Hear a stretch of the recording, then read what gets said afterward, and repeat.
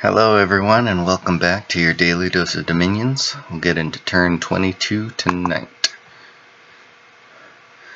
Got a messenger from Tianqi. He's going to attack the Frost Giants in a turn or two. That'll save my butt. Well, presumably, assuming he does well. I actually send him a message, so I'll show you that later. We got two more thrones claimed. Airmore claimed the Throne of Earth, and Hinnom claimed the Throne of Air. I think I know which two those probably are. Throne of Earth, that's going to be the one that we saw Tianqi and Airmore both try for. In the end, Airmore got it. Like I said, cast Call of the Wild, and this is where it is. And I actually succeed, so that's great. We'll just skim right through that real quick. Yeah, you get like twice as many wolves if you cast this in a forest province, so that's great. But against Wolf Tribe, the wolves do better. The actual wolves. This is what the werewolf looks like. 20 hit points with regeneration 10, 3 attacks, which is awesome at a halfway decent attack. Mediocre protection, not like armored or anything like that. This is really fun though, because Beastmaster means that all animals have increased morale, and guess who are animals? Monkeys. Monkeys are animals. So he can lead stealthy monkeys, and they might actually have +1 morale. They'd still suck. This is him attacking my fortress, and me not resisting and letting him take it. He does exactly what I thought he was going to do. Script with the archers in front, which is not going to end well for his archers and all of his giants in the back. And this was really funny to me. He can't harm my fortress here at all. What was this? Oh yeah, I'll get to that in a second. And we get an unexpected event, which is actually a good one, in Frosted Peaks, which is in the middle of nowhere, my actually really good gem province. That's great. So he has misfortune scales too, because now that I'm in his dominion I can see that. So he was getting bad events like wolves and stuff like that too, in addition to me trying to raid him. So from here I'm just going to sneak around. I'm not actually going to attack. I think I should have actually gone here, even though I don't know what this PD is. I'm moving here so I can sort of consolidate my forces. I'm going to be recruiting monkeys here again, and maybe trying that. I'm going to cast Call the Wild again, and I'm 90% certain it's on the same province. So I'm using this as sort of like a beachhead, because if you cast it in an enemy domain, or enemy province, then you have to attack it. But if you cast it in your own province, then they just appear there, and they're stealthy, and then they can move out from there in whichever stealthy direction you want. Yay, I now know exactly what this province is, because I didn't know that before. He actually put 15 PD here. Can I see it? I can't. Oh well. So yeah, he is here.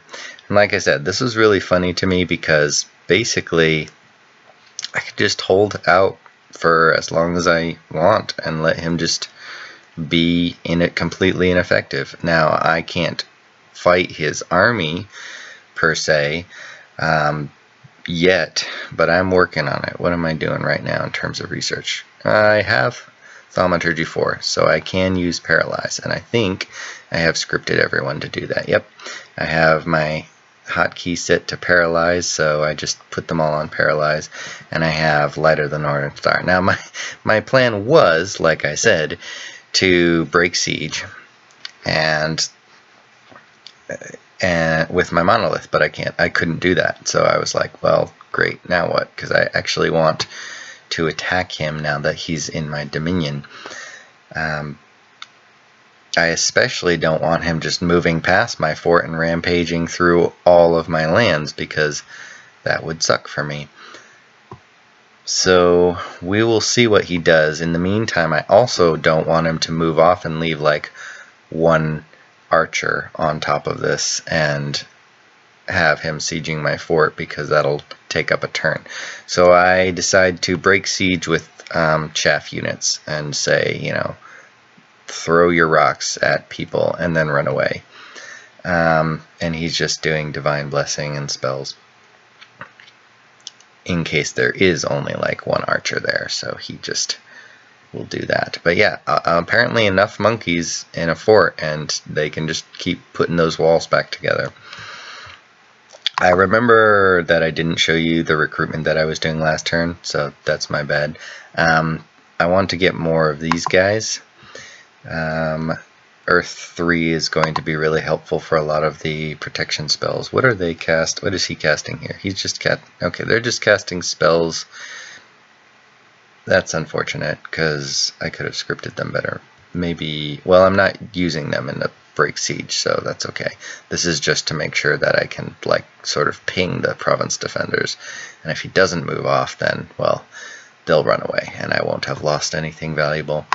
Not recruiting anything there, and I'm still recruiting, so I'm recruiting a guru here because I've got enough gold for it, and I don't need more guyakas. That's too far away. Do we even have, yeah, I have a couple there, but it's too far away to ferry them over here, and guyakas are not that good, so I'm still getting these guys. I've actually got quite a few, but I'm not moving out with them yet.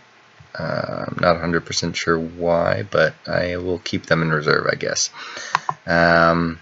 So yeah, he is casting summon, what is he casting? Summon ogres, right, okay. So he's going to summon more chaff, and I have a bunch of horned serpents as well. I don't expect them to be very good, but yeah. He still hasn't taken this province, so that's highly amusing to me. Anyways, moving on. Mercenaries, like I said, he's got those. I showed you research. This is the message I'm sending to Tianqi, where Niflheim is and what I want. So I want these two provinces back. I say these two, but I really want this province back because I really want the Amazons, the Crystal Amazons. Like that's a big deal to me. And also I kind of don't want him to have it.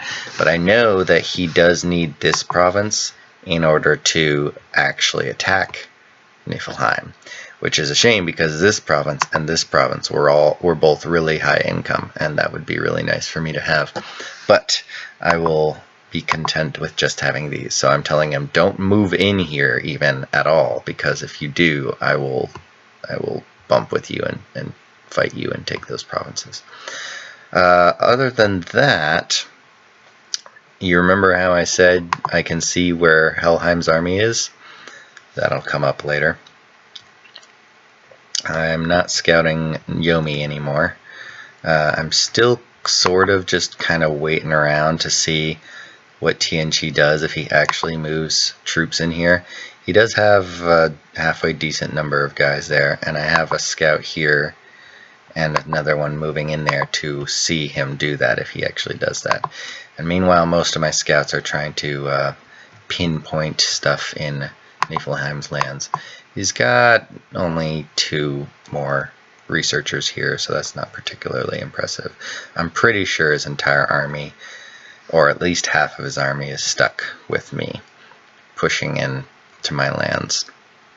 And that's going to be it. We'll see what he winds up doing next turn, and we'll see what progresses from the results of this war.